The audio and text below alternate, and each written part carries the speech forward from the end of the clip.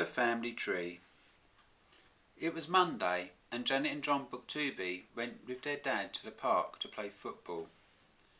Dad decided to be the goalkeeper and stood between two tall trees that were to be their goalpost. Janet and John took it in turns to score a goal past him. They kicked the ball to the right of him, they kicked the ball to the left of him, they kicked the ball down the middle of the goal, but their dad saved all their shots. "Oh, bother," said Janet. "What are we going to do? We'll never score a goal past him. He's too fat and too tall." John thought for a moment. "I've an idea," he said. "Watch me." He placed the ball on the ground. He walked back a long, long way. Then he ran as fast as he could towards the ball and kicked it very hard. The ball lifted off the ground and went higher and higher. It went flying over Dad's head and landed high up into the branches of one of the trees. "Oh no," cried John. "How are we going to get our ball back now? That tree is far too big to climb." Just then the tree started to move. At first everyone thought it was just a strong wind moving it. But there was no wind, and the tree wasn't moving in a normal way. It lowered its two branches that the ball had got stuck in and bent down to give the ball back to John. "Here you are," said the tree, rolling the ball back to where John was stood. Janet and John and their dad stood gobsmacked. "It's a talking tree," said Janet finally. "Oh, hello," said the tree. "I didn't mean to frighten you all. Sometimes I forget I'm a tree. Don't mind me. I'll just stand here again and be a goalpost and watch you play." So he did. "Good shot, John," he said. "Unlucky, Janet. Well saved, Dad," he'd call. Soon it got dark and it was time for the family to go home. "Goodbye," said the tree. "Goodbye," the family said. "And thanks for giving our ball back," said John. "That's okay. See you again," said the tree. The very next day, Tuesday, the three went to the park again. This time to fly Janet and John's kites. Their dad showed them how best to fly them, and soon both children were running wildly around the park. The kites flew high up into the sky, swaying and swirling in the strong gusty wind. Janet and John were so busy running around looking at their colourful kites in the sky that they didn't see each other running towards each other. "Look out!" called Dad, but it was too late.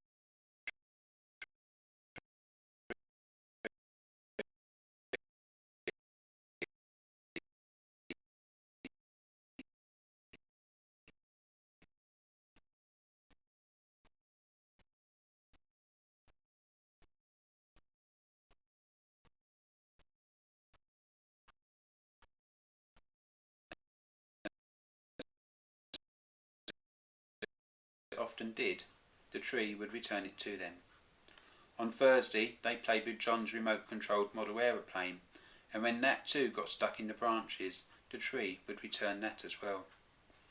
On Friday the family played with a boomerang, and when that also got stuck high in the branches of the tree, it returned it, smiling and saying, "A boomerang will always come back, you know."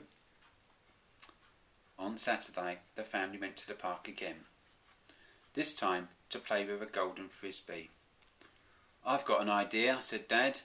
"Why don't we ask the tree if he'd like to join in and play with us?" The children agreed. Soon Dad, Janet, John and the tree were happily running all over the park, throwing and catching the golden frisbee and having such great fun. Soon it became dark and it was time for the family to go home for tea. "See you again tomorrow," Janet said. "We'll bring our balloon." "Can't wait," said the tree. The next day, the Booktubi family arrived again at the park with their inflated balloons and invited the tree to play with them. They batted and kicked the balloons as hard as they could, knowing that no matter how high the balloons went, that the tree would always catch them and return them safely. "I know," whispered Janet to John and Dad. "Let's play a trick on the tree." "How?" asked John. "Let us bat and kick all the balloons to him at once and see if he can catch all of them," she laughed. "I'll count to 3, said Dad. 1, 2, 3. The family batted all the balloons towards the tree. "No, no, stop," pleaded the tree, laughing. Remarkably, the tree had caught all the balloons. He was now looking very colourful indeed. Janet decided to take a picture of the tree with her camera phone. "Smile," she said. The tree smiled as Janet took the picture. "You look splendid," said Janet. "Come on, let's go home for tea," called Dad. "What about all the balloons?" asked the tree. "That's okay, you can keep them all," John said. "Okay," said the tree, still smiling. "See you tomorrow." The Booktubis raved and left the park. Just then, 4 rough boys came along. "Look at that silly tree," said one. "He's got lots of balloons," said another. "I want one," said the third. "So do I," said the fourth. "Let's throw stones at him and get them down from his branches." The children started to throw stones at the tree. "Oh, no, don't do that," cried the tree. But the children kept on throwing stones at him. "Ouch! Stop! You're hurting me," he cried. Just then, a very strong gust of wind blew into the park. The tree tried desperately to cling on to all the balloons, but the wind blew stronger. Before he knew it, the tree lifted off the ground and began to go up higher and higher into the sky. The children began to run after it, still throwing stones. But the tree flew higher and faster away from the chasing children. It soared high over the park gates and across the city houses before the wind eased and the tree landed softly into a large garden. The tree was feeling both happy and sad. He was happy that he had escaped from all the naughty children, but sad because he may never see Janet, John and their dad again. The tree cried himself to sleep. On Sunday morning, a man went out into his garden carrying his washing. "If it's as windy as it was yesterday, this washing will soon dry," he thought to himself. Just as he was about to hang the washing, he noticed something colourful out the corner of his eye. "I don't believe it," he said. He ran into his house screaming, "Children! Children! Come outside quickly! There's something you must see!" The children of the house came running outside. "What is it, Dad? We can't see anything." "Not outside the front of the house, you silly sausages.